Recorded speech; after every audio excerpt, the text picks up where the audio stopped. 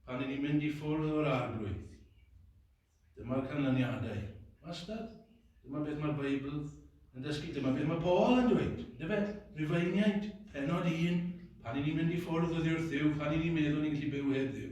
O, chi'n gallu bod yn siŵr bydd y ddirywiad moesol yn digwydd. Ni'n nôl at bore yma, yndyn ni? Colledig, lost. Beth yw ei fod yn golledig? Wel, dyma'r manylion, ynddo fe? Dyma padio mas beth mae'n golygu fod yn golledig. Chi'n dilyn y patrwm hyn o anfoesoldeb. A dyma beth ni'n gweld yn ei cymdeithas, ynddo fe? Dyma beth ni'n gweld yng Nghymru. Pan mae pethau fel ma'n pobl yn mynd i ffwrdd o ddydd yr arglwydd, gadael yr arglwydd, a'i ddeddfau ein. Yn y peth cyntaf, gadewch ni ddod at yr ail elfen, yr ail wirionedd i ni'n gallu dysgu o'r benod. Os ni alw hyn yr elfen ysbrydol, yr elfen ysbrydol. Beth fi'n meddwl wrth hynny yw edrych ar benod o bersbectif Duw. Ni'n gallu gofyn y cwestiwn, ble mae Duw yn y benod hon? Wel, mae yna, bendant. Mae yna ar y dechrau, achos fe ddarllenon ni, am y ddau fab yma oedd gan Jwda. Mae Duw yn gweld eu drygioni nhw, a'i lladd nhw. Hwna'n anarferol yn y Beibl. Ddim yn digwydd yn aml. Bod Duw yn gweld drygioni nhw, ac yn lladd nhw'n syth. Ond mae'n digwydd gyda'r ddoi. Gall Duw wneud hynny. Mae Duw yn gyfiawn. Ble mae Duw yn y benod nesaf? Nôl at Joseph. Wel, mae Duw, os ych chi'n mynd at y benod yna, mae'n dweud bod Duw gyda Joseph. Dyna oedd cyfrinach Joseph. Dyna sut roedd Joseph yn gallu dal yn erbyn y temtasiwnau oedd gyda gen yr aifft. A dyna'i bobl hefyd am ddal bod Duw gyda gen. Bod Duw gyda gen. Ond nôl at y benod 38, beth am Jwda a Tamar? Does dim sôn am Dduw yn y ran ein ni'n darllen amdanyn nhw. Oedd e'n gweld beth oedd yn mynd ymlaen? Wel, allwn ni fod yn siŵr bod Duw yn gweld beth o'n nhw'n gwneud hefyd. Allwn ni fod yn siŵr bod Duw yn anfodlon gyda'i gweithredoedd nhw hefyd, erbyn ddim yn dweud hynny. Ond mae yna rhywbeth arall ni eisiau dweud fan hyn. Mae rhywbeth rhyfeddol, ffrindiau, yn mynd i ddod trwy'r digwyddiadau hyn. Mae'n ddigwyddiadau, fel ni wedi dweud, ofnadw, diflas, yndyn nhw. Y bryntni yma, yr anfoesoldeb hyn. Ond chi'n gwybod, mae Duw ar waith. Mae Duw ar waith yma. A dyma syndod y peth, ffrindiau. Yn y stori ofnadw hyn, mae Duw ar waith.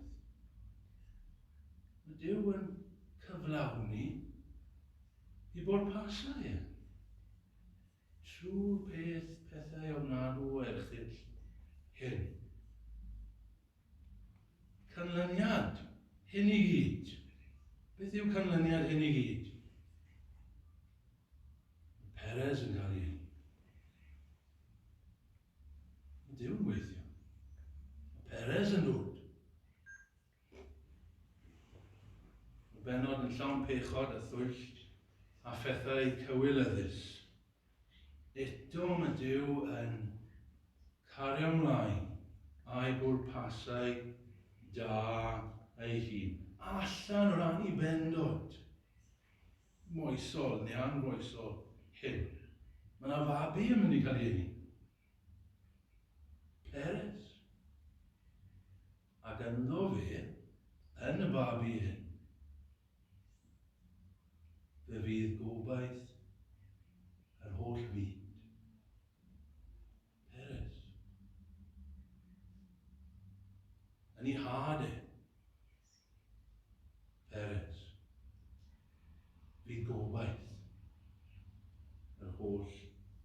fyd.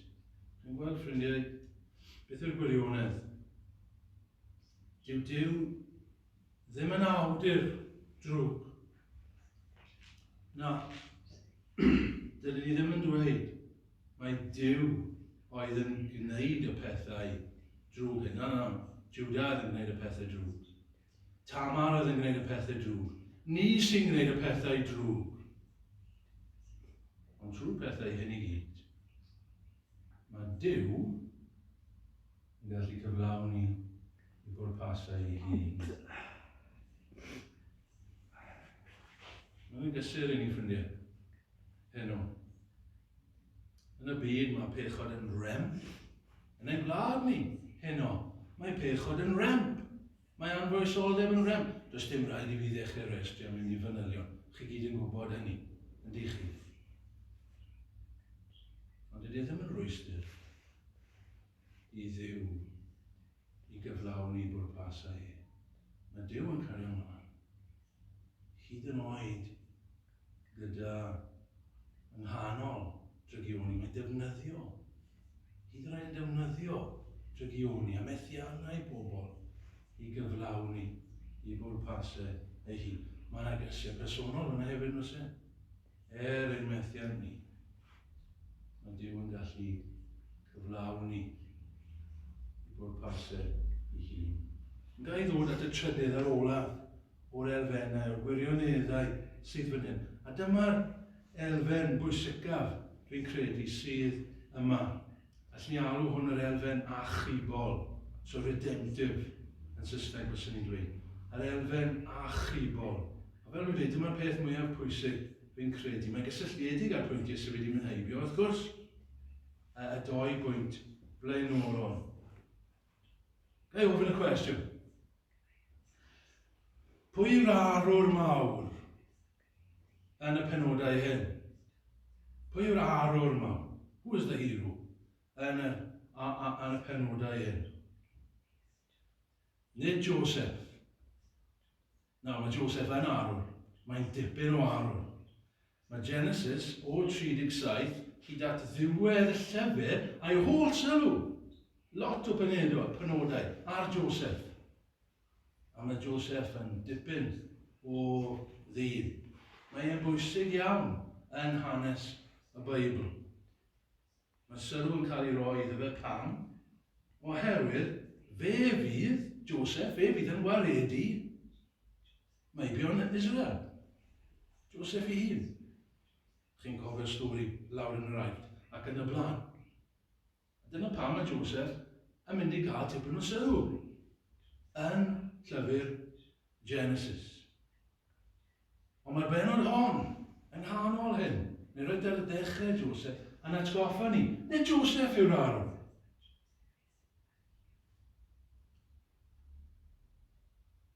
Mae'n arwr mwy. Mae Perez yn fwy pwysig na Joseph. Un o'r efeilliaid hyn. Mae e'n fwy pwysig. Pam? Oherwydd ohono fe mae'r arwr mawr yn mynd i ddod. Yr arwr mwyaf o Perez ei hun. Mae'r gwaredwr mawr yn mynd i ddod. Chi'n gweld? Dyw yr arwr mawr, y gwaredwr mawr, ddim jyst yn mynd i waredu plant Israel fel Joseph, ond mae'n mynd i waredu holl blant Abraham. Yr holl rai sydd yn mynd i gael ffydd Abraham. Mae'r gwaredwr mawr, yr arwr mawr, yn mynd i gwaredu nhw i gyd. Nawr, all ni ateb y cwestiwn ar y dechrau. Pam astudio hyn ar noswyl Nadolig? Cwestiwn arall i chi. Pwy yw'r wraig gyntaf sy'n cael ei enwi yn y Testament Newydd? Chi'n gwybod? Pwy yw'r rai gyntaf i gael ei henwi yn y Testament Newydd. Rwy'n wedi dyfalu. Tamar. Yeah. Hi'r rai cyntaf sy'n cael ei enwi yn Matthew, y llyfr cyntaf yn y Testament Newydd. Chi ddim yn credu fi, na i ddarllen i chi. 1 Matthew 3. Dyma rester achau Iesu Grist, mab Dafydd, mab Abraham. A roedd Jwda yn dad i Perez, a Sarah, a Tamar yn fam iddynt. Chi'n gweld mae Tamar a Jwda yn achau, yn llinach Iesu Grist. Roedden nhw yn gyndeidiau i'r arglwydd Iesu Grist. Maen nhw yna, yn yr achau. Mae Matthew yn nodi nhw. Dyna, y fath ar ostyngiad yn dyfa.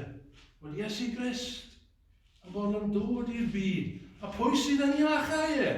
Pwy yw ei gyndeidiau? Rein! Jwda, Tamar, na. Ie.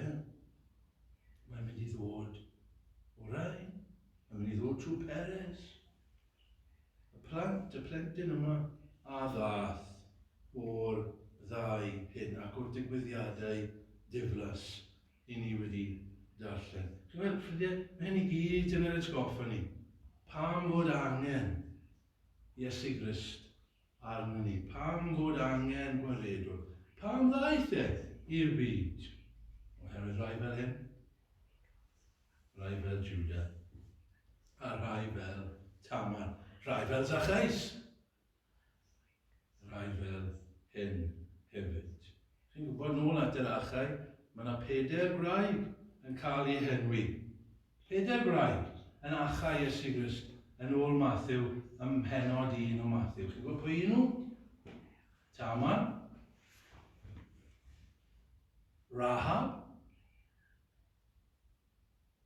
Ruth, Bathsheba. Ydych am hynny? Beth ni'n gwybod amdanyn nhw? Tamar, Pedain. Rahab, Pedain. Bathsheba, godin Ebraig. A Ruth, rhywun oedd tu fas i Israel o wlad Moab. 4 hyn yn llinach Iesu Grist. I gyneiniau oedd rhain. Pam fod angen iddo fe ddod? Oherwydd mae fel hyn i ni. Oherwydd mae pechaduriaid ni hyd. Pam nad oedd Duw wedi lladd Jwda a Tamar? Oedd e wedi lladd e, ni'n gallu deall ni. Sy'n problem dy fi ni. Oedd y dyn yn drwg. Kill him off. Onan. Drwg. Ie, fi gallu deall. Lladd e off. Jwda. Na. Tamar. Na. Yr un mor ddrwg. Dyw Duw ddim yn ei lladd nhw. Pam? Oherwydd mae Duw yn amneddgar. Pam nad yw Duw yn lladd pobl resolfen? Dyn nhw ddim yn sylwi arno fe. Dyn nhw ddim yma heno. Bydden nhw ddim yn addoli e fori. Pam nad yw Duw yn lladd nhw? Fe alla fe, bydde fe'n gyfiawn yn lladd nhw. Pam nad yw e ddim? Oherwydd mae Duw yn amneddgar. Amneddgar hir yma'r oes yw e. Ac roedd e'n gwybod bod yna un yn mynd i ddod rhyw ddydd. Un a bydde'n dod. Un cyfiawn. A bydde fe yn delio gyda'r bydreddi yma. Gyda'r pechod yma. Dyna pam y Duw yn amneddgar. Dyna pam yw Duw ddim yn distrywio byd. Dyna beth ni'n heiddi. Ond mae yna un wedi dod i'r bydreddi yma. Ni'n canu bod e wedi cael ei roi y babi mewn byd i brwnt. Ie, dyna ble roddwyd yn dyfed, dim mewn palas, mewn byd i brwnt. Ac roedd hynny'n addas, achos fe roddwyd yn y bydreddi, yn y baw roddwyd Iesu. Ac yn y baw y dath enda fe, yn y baw arosodd e, yn y baw yr oedd e ar y groes. Nid y baw llythrenol fyna, ond y baw ysbrydol. Ein bydreddi ni i gyd ar y groes yn dioddef mwyn achub pobl. Dwi'n falch, ffrindiau, bod y benod hon yn y Beibl. Chi'n falch? Chi'n falch bod yma? Chi'n gwybod pam fi'n falch? Oherwydd rydw i'n bechadur hefyd. Rydw i'n anfoesol. Dydw i ddim well na Jwda. Dydw i ddim well na Tamar. Oed, falle dydw i ddim wedi gwneud yn amlwg beth nath Jwda. A dydw i ddim wedi gwneud yn amlwg beth nath Tamar. Ond fi wedi gwneud yn halon. A fi wedi gwneud yn y meddwl i. A fi'n gymaint o bechadur a nhw. A felly fi'n falch bod y benod yma gyda ni. A fod Iesu Grist wedi dod fel gwaredwr i bobl fel hyn. A bod wedi mynd i'r groes yn lle pobl fel hyn, y colledig. Fe ganon ni y geiriau hyn yn gynt. Gorffen gyda hyn. Roed newydd dant yn helyn nef pan anwyd Iesu Grist. Y syniad da, ynddo fe, syniad barddonol sydd gyda fe fyna. Roed newydd dant yn helyn nef. Dyma'r telynau yn y nefoedd. A maen nhw gyd yn cael string newydd, tant newydd, mwyn canu. Amen. Achos bod yr anyddion yn rhyfeddu. Dyma chi string newydd, tant newydd i chi. Roed newydd dant yn helyn nef pan anwyd Iesu Grist. A thelyn air o lawen dŵn yn llaw pechadur trist. Mae Duw yn rhoi telyn air i bechaduriau, fel reindau, fel chi a fi, telyn air i ni, tant i'r angylion, telyn air i ni, mwyn i ni ganu iddo fe. Chi'n dal telyn heno? Os yna delyn air yn eich llaw chi heno, oherwydd Iesu Grist. Gobeithio fod yna delyn i chi ganu i'r gwaredwr yma. Diwedd y ras. I ni gyd.